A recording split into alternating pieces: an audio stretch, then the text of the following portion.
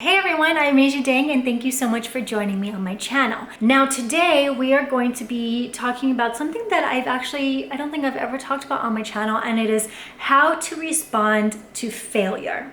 There's ways you can continue to live after you experience such failures that'll actually help you grow so you don't have to deal with that again, or at least in that situation again. So the reason why I'm doing this video is a couple weeks ago, I posted a video on Instagram in collaboration with Reebok's #PerfectNever campaign. This campaign is all about recognizing female imperfections and that we all have them, and how we deal with them and how it actually makes us stronger. And I want to show you the video if you haven't already seen it, because one, I'm actually really proud of it. I'm proud of the message. I'm proud of how it's shot. I think it's really moving. And two, because I am going to be mentioning it in the rest of the video, so you might as well see it. Let's go! In 3rd grade, my teacher told my mom I was too dumb to be in private school. So I received my master's from USC. I was fired from my first internship because I was told pretty girls shouldn't report on sports. So I developed my own sports show. I was passed over for a job because I don't have blonde hair and blue eyes. So I became a voice to women who look exactly like me. My life has never been perfect, but I'm fine not being perfect. Okay, so that is my video. Again, it's basically me just talking about how my failures and struggles have actually allowed me to break stereotypes in, this industry that I'm in and help give women who look like me a voice. So that's why I'm really proud of this video. And I know that it has resonated a lot with most of you, because if you scroll down through the Instagram comments, you know that it was really good for you guys to hear that I've been through experiences that you have. We all experience failure, as you saw in my video. I experienced it many times, and these are just the tips and tricks I used in order to not only overcome failure, but what I used in order to help me grow from failure, which is equally as important. Okay, so tip number 1 as to how to overcome failure is to practice self-compassion. When you fail at something, it's really easy to get down on yourself. Why am I not good enough? I'm such a loser. Why does this always happen to me? That kind of mentality is, well, be it super natural. Everyone kind of has that thought immediately after failing at something. It's also not very helpful at all. It doesn't help you accomplish anything after that. So just remember that everyone experiences setbacks. Everyone fails. But remember, just because you failed does not mean that you are a failure. I'm going to repeat that because I think it's really important. Just because you failed does not make you a failure. And the truth is, as long as you keep on moving forward, I'm going to mention this later on in this video, but keep on moving forward, keep on growing from the experience, keep on learning, you will definitely not experience failure in the same type of way because you're always growing. You know what I'm saying? Tip number 2 is to keep failure in perspective. And instead of seeing your failure as a bad thing, see it as a good thing. See it as a learning experience. It might be really hard to kind of see that clearly and that positively right after, it happens. But like I said before, take a couple days, let it marinate, and then there are definitely lessons to be learned. At the very least, ask yourself, what can I learn from this?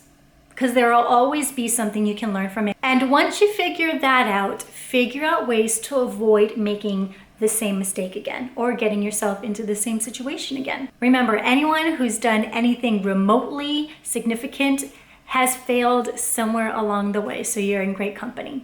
Tip number 3 is to be constructive. When you experience failure, it's really hard to see clearly in the moment because there's a lot of emotions going on. But once everything calms down, this is a great opportunity to not only spot and work on your weaknesses, but also recognize your strengths. And it's important to have that balance, because if you only focus on your weaknesses, then you start feeling insecure, and that doesn't really help. And if you only focus on your strengths, then you are kind of just like conceited and cocky, and you definitely will make the same mistake again because you're not learning anything. Tip number 4 is to talk to someone or find inspiration somewhere out there in the world. You can either talk to someone who's been through the same experience that you have, or what I find really helpful is if you find an autobiography of someone who is where you want to be, and then read it, because more than likely they have gone through the exact same failures and experiences that you are going through right now,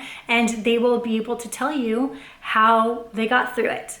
Just the act of reading I find really helpful during tough times, because when you can't get your mind off of it and think of doing something really stupid, just pick up the book and everything will kind of just calm down. All right, tip number 5 as to how to overcome failure is to create a plan. Many successful people view failure as just a stepping stone on the way to getting to where they want to be. So use the setback as an opportunity to get more information. What's working, what's not working. If you had this plan set out in stone and it's not really working the way that you had hoped, get back to the drawing board.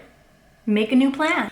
I thought I wanted to be a sports newscaster. I really thought that I wanted to be that for the longest time. But after experiencing sexism in the workplace, I just, wasn't really sure that that's what I wanted to put myself through every day. But I still love sports, so what else is there for me to do? So I set out on a new plan. I started brainstorming sports show ideas that I would be interested in, not just talking heads about statistics. I wanted to, experience the players, feel their personalities, learn more from them than what you get from a regular interview. So what does that mean? To me, that meant, getting them in their comfort zone, getting them to teach me their sport. And from there, I wrote a pitch, figured out places that I wanted to send the pitch to, and off they went. Maxim magazine was definitely number 1 on the list. This was years ago. And so I decided to be a little bit more proactive with them instead of just waiting for someone to respond to me. I decided to start working with them as a model, and I started meeting all the people that I really needed to meet. That was my intention of meeting the heads of this publication. And when I did, and when we, started growing our work relationship, I threw my pitch at them and was like, here you go, this is what I want to do. And they really liked it. And from there, Maxim Sports One-on-One came about. And that was a good 2-3 years of my life. Of course, sometimes it won't be that easy. You'll have to go back to the drawing board a couple times and, keep pushing your way through, but just don't give up if it's something that you really want to do. Keep on learning from experiences that keep on pushing you down and adjusting your plan.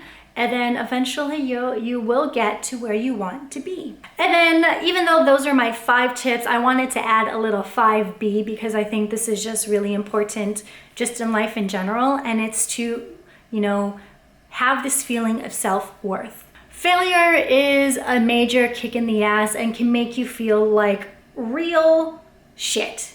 It can be the worst feeling in the world. But self-worth isn't based on what you do. It's based on who you are as a person. So you need to believe that personal and professional failures really don't mean that much, that they don't make you a failure as long as you stay true to who you are. Your confidence and your courage will help you get back up after failure and try again. So there we are. Those are my 5 ways to responding to failure. Of course, there are a bajillion other ways to properly respond to failure. And I would love to hear what you guys think in the comments. Please let me know. We've all experienced failure, whether again, it's in the workplace or at home or in a relationship or at school. So we can all learn from each other. So just get to typing in the comment section. I'm Asia Dang. Thank you so much for watching this video. I will see you all later. Bye.